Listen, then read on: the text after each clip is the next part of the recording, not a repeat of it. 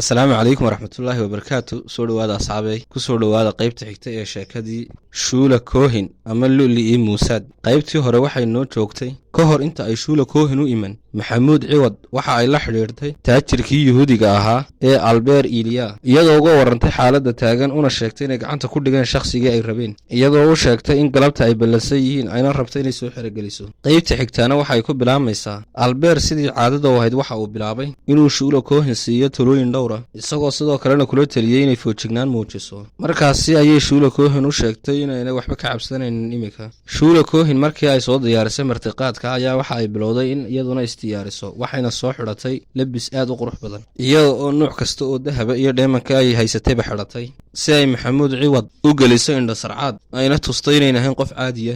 maxamuud ciwad markii ay gaadhay wakhtigii ballanta waxa uu yimiday gurigii shuula koohin, isagoo ay halkaasi ku soo dhoweeyeen shuula iyo ninkeedu. markii uu horay u galay guriga wuxuu halkaasi ku arkay cuntooyin kala nuucnuuca, khamri iyo weliba gabdho qurux badan oo halkaasi kusii sugayey. maxamuud ciwad aad ayaa ugu mahad celiyey shuula koohin, isagoo uga mahad celiyey soo dhoweynta fiican ay u sameeyeen. maxamuud waxa uu bilaabay inuu cuntadii cuno, khamrigiina cabo, weliba waxa intaasi u dheerayd inuu la haasaawo hablihii goobtaasi joogay. sida aan horey u sheegnay, maxamuud ciwad waxa uu ahaa nin gaaban oo buuran, ismana uusan lahayn gabdho sidan u qurux badan ayaad mar uun la kulmi doontaa. maxamuud ciwad waa baashaalaya isaga oo 3 hablood oo qurux badan dhexda kaga jira. tanina waa keyti, waa yuhuudiyad timo dahabiya leh, indho buluugana leh. dhanka kale waxaa ka joogta naadiin oon horey uga soo hadalnay, xagga ay dhabtana u saaran tahay laylaa oo iyadna khamriga afka ugu shubaysa. maxamuud ciwad waxa uu dhexda kaga jiraa nolol uu weligiisba arkin. maxamuud markii uu khamrigii cabbay ayaa waxa uu bilaabay inuu isku darsoomo,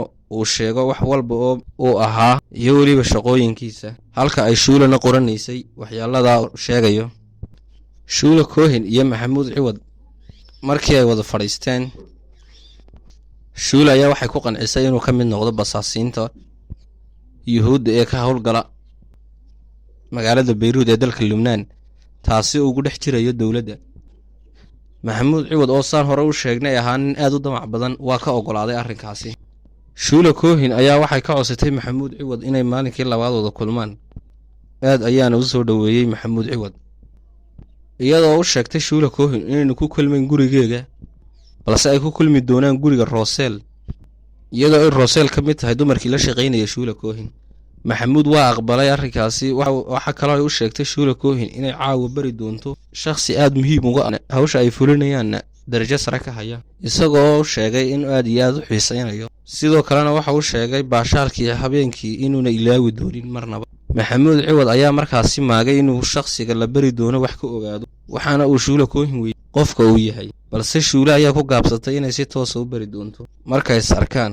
waxaana uu maxamuud ciwad ka qaatay ciwaankii guriga, waxaana lagu ballamay in halkaasi caawa laysku arko. shuula koohin markii ay ka soo dhammaatay maxamuud ciwad ayaa waxay la xidhiirtay yuhuudkii taajirka ahaa ee lagu magacaabayay albeer iliya, kaasi oon hore uga soo hadalnay. waxayna u sheegtay inay caawa bari doonto shakhsi aad muhiim uga ah, iyada oo isagana ku ballamisay gurigii rooseel. shulaame intaasi kumaysan eekaan, waxay sidoo kale la xidhiirtay rooseel, iyadoo u sheegtay martida culus ee caawa gurigeega ku soo wajaha, waxayna ka dalbatay inay martiqaad fiican ay diyaariso. sidoo kalena waxay uga warrantay muhiimiyadda maxamuud ciwad uu leeyahay, loona baahan yahay gabdhihii lagu xidhi lahaa si ay u mashquuliyaan oy gacanta ugu dhigaan.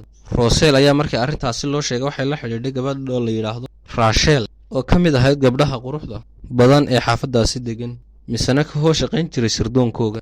waxaa kaloo sheegtay in loo baahan yahay caawa inay ruux mashquuliso.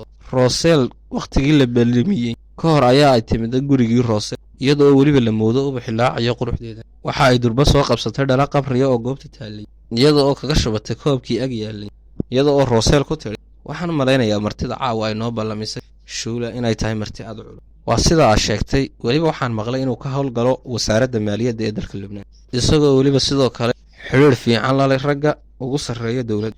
waaw, waa shakhsi aad u sarreeya, waa inaan dhexda u dhuuqsada sidii aan gebi ahaanba aqligiisa ula wareegi lahaa, ugana dhigi lahaa sidii faraanti farteyda ku jira. ilaa ma aha in sidii qof sidaada oo kale u qurux badan ay ku adkaanayso soo xerogelinta nin siduu doonaba ha ahaadee. waad arki doontaa. waxaan samaynayaa si una qof hore u samayn si aan isaga gacanta ugu dhigo. marwa shuula koohin aad ayay kuugu kalsoon tahay, waana sababta ay hawshan oo dhan kuugu xil saartay. howlahaagoo dhanna way kuu dhammaynaysaa, adiguna waa inaad hawsha lagu daray aad ka soo baxdaa. rooseel ayaa saacaddii eegtay, waxayna tilmaamaysay in wakhtigii la ballansanaa wax yar ka hadhan tahay. Rochelle xaqiiqdii waxay ka mid ahayd gabdhaha ugu quruxda badan xaafadda Waadiga Abujabi. Waxa kale oo ay ka mid ahayd gabdhaha farakotiriska ee la shaqeeya iyada. Shula Cohen way ogeyd in gabadhani muhiimiyad aad u weyn ay u leedahay, ayna ka soo bixi doonto mashquulinta Maxamuud Ciwad. Balse Maxamuud Ciwad muhiimiyadiisa koowaad ma uusan ahayn inuu gabdho qurux badan la qaato waqti, waana loogu horreeyay arrintaasi, waxaana muhiimiyadda koowaad u ahayd siduu heli lahaa lacagtaasi uu rabay inuu kaga qayb qaato doorashada waddanka ka dhacaysa, uuna rabay inuu Israa'iil la noqdo saaxiib dhow. Muddo yar kadib waxaa gurigii soo gaadhay Shula Cohen oo la socda Yuhuudigii taajirka ahaa. Kadibna waxaa goobta yimid Maxamuud Ciwad, waxaana halkii ka bilaabmay sheeko iyo khamri cab. Rochelle qorsheega waxa uu ahaa in Maxamuud Ciwad falaarta u horreysa kaga dhufato dhanka wadnaha, sidaas daraaddeed dhoolla caddaynta indhar sarcaadka leh iyo daymadii sixirka ahayd ayay ku eegaysay dhanka Maxamuud Ciwad ilaa ugu dambayntii gooni ay ula baxdo, isla markaana waqti badan ay wada qaataan. Markana aan eegno Maxamuud Ciwad iyo safarkiisii talaafi. Habeenkaas isaga ah Maxamuud Ciwad ayaa waxa uu toos ugu biiray shabakadii Shula Cohen.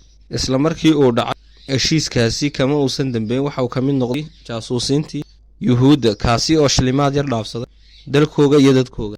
Maxamuud Ciwad habeenkaasi ayuu warkiisa u bayaamiyey basaasiintii isugu timid meesha, isagoo u sheegay inuu ka mid noqonayo jaasuusiinta, isagoo sidoo kale bilaabay inuu ka hadlo awooddiisa iyo xiriirada waaweyn ee uu la leeyahay siyaasiyiinta ugu waaweyn dalka Lubnaan.